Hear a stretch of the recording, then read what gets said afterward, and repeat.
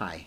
Today we're going to talk about Hess's Law. So just to, so when we're going to combust heptene, we're talking about we're going to heat a certain amount of water by an amount, and we're going to create 30 grams of CO2. So hopefully from this we're going to figure out our heat of combustion of heptene. So first I need to write down a chemical equation, reacting it with oxygen, and we're going to make carbon dioxide and water. This is not the same water that's going to be up here, so this burning is going to be like we're going to have a sample below our water, and then we have 5 liters of water in our container. So the idea is, container, 5 liters, and then we've got like a fire burning our sample of heptene below it. In balancing our reaction, let's see really quick. I think we're going to put a 7 here. We'd need a 7 here, but that's going to give us an odd number of hydrogens, so I'm going to try and avoid that problem by putting a 2 there, so that we get 14, yeah, that looks good to me, 30 grams of carbon dioxide. That's going to be useful in a couple minutes. But first, I think we need to figure out how much energy the water absorbed, because we know that the Q for the reaction is equal to the negative Q of the surroundings, or negative of the Q of water. So here we've got 5 liters of water. We're going to assume that the the density of water is 1 gram per milliliter. So what we have here is actually 5,000 grams times 4.18 joules per gram degree Celsius times 8.1 degrees Celsius. So I'm going to grab my calculator really quickly and figure out what number we get. 169.290 kilojoules. So just convert that over to make life easier. That's going to be the Q for our reaction. When we have 30 grams of carbon dioxide, we should figure out how many moles of stuff that actually gives us, or how many reactions are taking place. So what we're going to do is first we need to figure out how many moles of CO2, which is 44 grams of CO2. And then what we're going to do is I'm going to do something a little different here. We're going to say 14 moles of CO2 mean 1 reaction. I'm not going to convert to how many moles of something else we have. I need to know how many reactions are taking place so that we can figure out how much heat would be given out for 1 full reaction.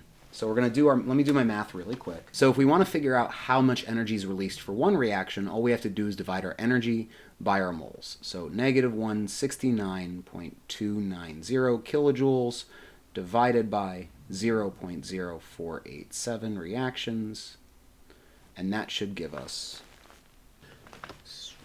what we get is delta H for this reaction, if we were to add a number, is equal to negative 3,476 kilojoules. I think that based on the numbers in the problem, we should probably be capping this off at 2 significant figures just to be or as accurate as we can be, or precise as we're allowed to be. So that would be 3,500 kilojoules. That's a lot of energy. For today, I want to kind of look at table I for a second and talk about what we can and can't do.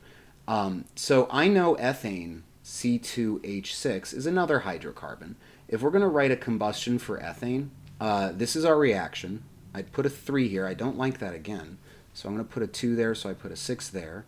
That'll be a 4. We got 4 and 3 is 7. So now we're nice and balanced. The problem is, I don't know how much energy this is. I don't actually have a delta H for this, and it's not on table I. Now, to be fair, that we're not on table I, right? Well, we have the internet at our fingertips. You're watching this video online. I get that. But maybe there's a way we can figure this out without having to just look it up on the internet. I mean, that would be really useful. Now, in the previous problem, you had information of burning a sample and putting it into water, but maybe we don't even need that. We've already talked about how that process has a host of errors associated with it, and I don't even trust that number terribly if I was to go look it up. So how do I figure out a delta H that isn't on table I? I want you to imagine are standing at the base of a mountain, and that mountain on the other side has a higher elevation than what you started with. And there's 2 ways for you to get over the mountain. One way for you to get over the mountain is to climb up and over the top of the mountain. But also, this particular mountain has a road that winds around the side. And you can go grab a bike or get in a car and drive up the side of the mountain. Now, if I were to close my eyes and then at some later time open my eyes and you were on the other side of the mountain, well, I wouldn't know necessarily how you got there, but all I would know is that you went from being at this lower elevation to being at this higher elevation. I don't know whether you went up a lot and then down a little bit less, or you just went up the side road, but I do know that the change in elevation was a certain amount. And that's kind of how enthalpy works. Whenever we talk about delta H, and I guess now you've seen delta S, we're only really talking about the beginning and the end.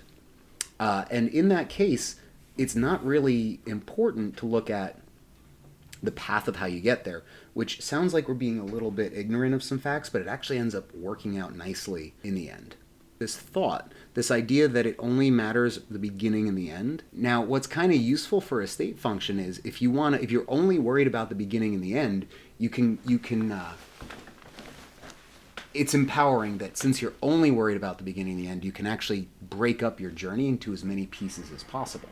So in looking back at this example, maybe you could say, I don't necessarily know what this elevation is over here, but I know this is 100 feet up and 90 feet down, and so therefore it's got to be 10 feet up. Well, sure, but you could also take this road that seemingly winds a little bit, and you can break it up into little tiny pieces and say, I went up 10 and down 8 and up 20 and down 18, and add them all up and say, and at the end, it's an overall change of 10 up. And that's how I actually want to look at enthalpy when looking at several chemical reactions.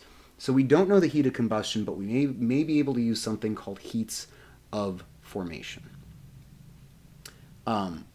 So there's actually two ideas tied in with this. We're going to take a look at the heats of formation, and then I'll circle back at the end to talk about other reactions that are not heats of formation.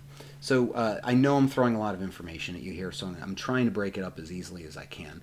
The heat of formation is defined as specifically, it's like a heat, it's an enthalpy for a very specific type of reaction. And it's going to bend some of the rules we've seen before, but that's okay. The heat of formation is defined as enthalpy of forming specifically just 1 mole of a substance. So for example, simple hydrocarbon, actually, you know what? We'll come up with an example for the ethane that we see up above. So for example, the ethane, if we're only going to form 1 ethane particle, what substances would we need to use? Well, sorry, I forgot one little part. From elements only. So what we're going to react are carbon and hydrogen. Now, if we're going to be making 1 mole of a substance, that means that we're going to need 3 moles of hydrogen and 2 moles of carbon. If I knew the delta H for this reaction, it specifically gets a new label. This is also known as a heat of formation. So this delta HF is like a special kind of delta H that only applies to certain reactions. The 1 mole part comes into play if we're making something like H2O. If we're going to form H2O from its elements, we need O2 and we need H2. But if we were to balance our reaction, what we would write is this. However, we're not going to use that. In terms of making 1 water, by definition, we're actually going to do something very strange, and we're going to start using fractions. This only comes into play where we're talking about heats of formation. Do not use fractions anywhere else. But just to be clear, the difference, if I were to write this reaction, the balanced chemical reaction, the way we know how to do it, this reaction where 2 moles of hydrogen react with 1 mole of oxygen to make 2 moles of water, this delta H would be twice the heat of formation because we have 2 times as much stuff. And we know that with 2 times as much stuff, you get 2 times as much heat. The reason I'm going through this is that these delta HF values are things that you can look up on tables. And so by that, you have to know what they're defined as to be able to use them. So, just to go through it all again, delta HF is the heat of formation, the energy of making a compound from its elements.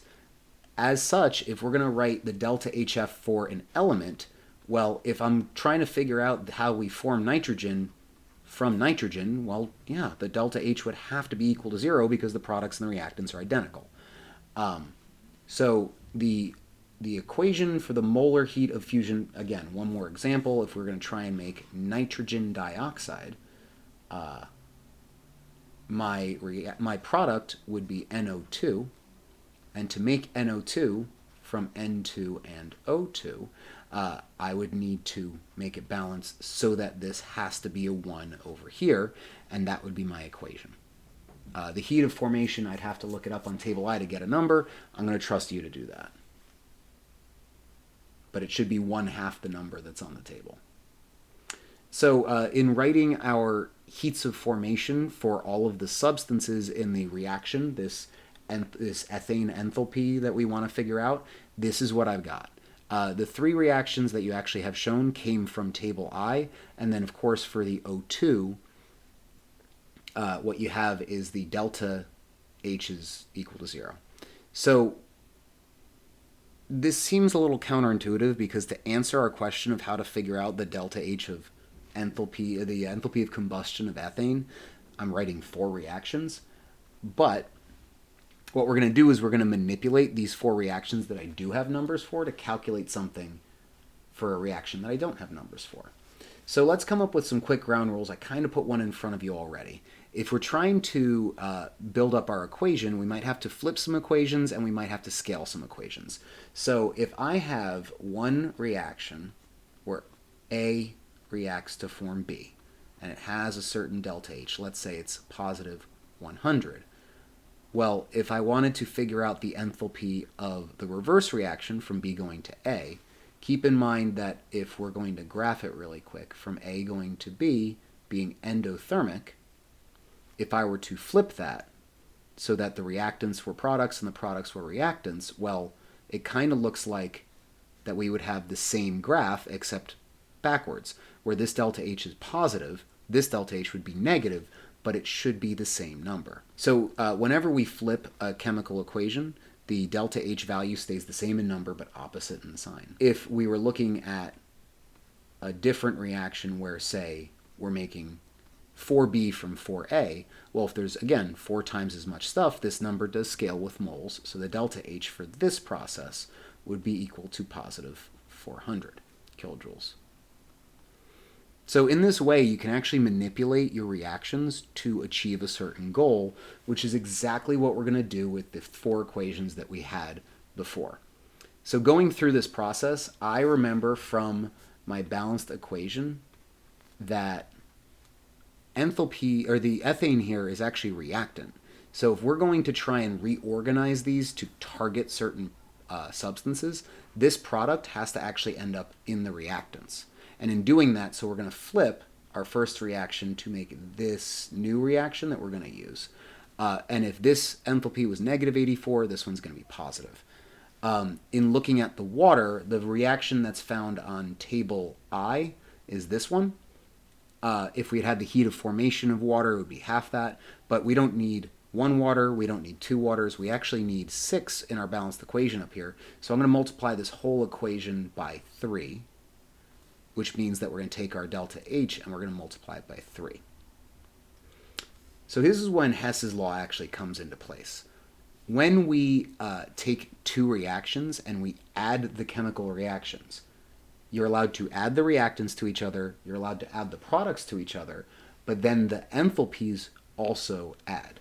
If I were to try and graph this, it's kind of like saying if we start here with C and O2, and then we end up here with CO2, and then we actually kind of like tack these 2 together, we can actually like kind of link 2 reactions together so that the overall enthalpy is actually just the sum of the individual enthalpies.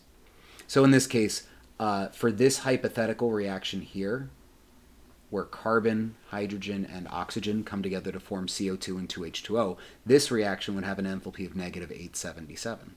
And all you have to do is add up the reactants, add up the products, and add up the delta H values.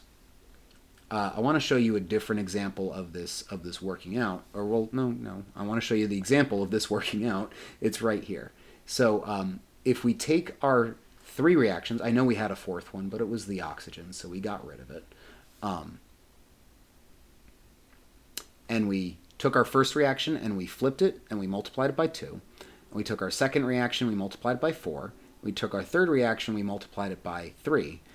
We now have a situation where this being the final reaction we want to hit, it's kind of lined up in a nice way where we've got 2 C2H6s in the reactants like we wanted. We've got 4 CO2s in the products like we wanted. We've got 6 waters in the products like we wanted. So if we add these 3 reactions together, we get this big reaction right here.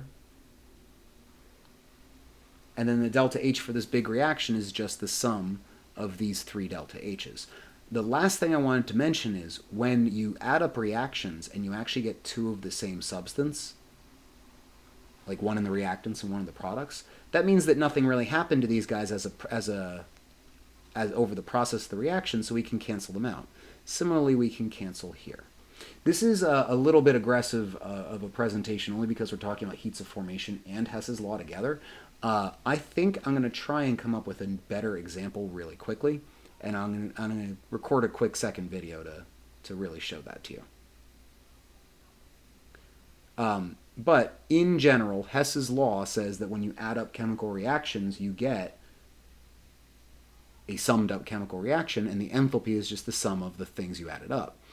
What this ends up meaning is that if you use heats of formation, you write the heat of the formation of the products minus the heat of formation of the reactants. This stems from the fact that the reactants, the heat of formation is for making the reactants, and so every time you have a reactant, you're going to be breaking it down. So in a way, what we're saying here is the heat of formation of ethane, is the opposite of what's going on here. So to make this chemical reaction happen, we take ethane and break it down into atoms, and then we take those atoms and we make our products. And what that's saying is exactly what this is saying. To make our overall enthalpy, we have to break our reactants, which is why there's a negative there, and we have to make our products.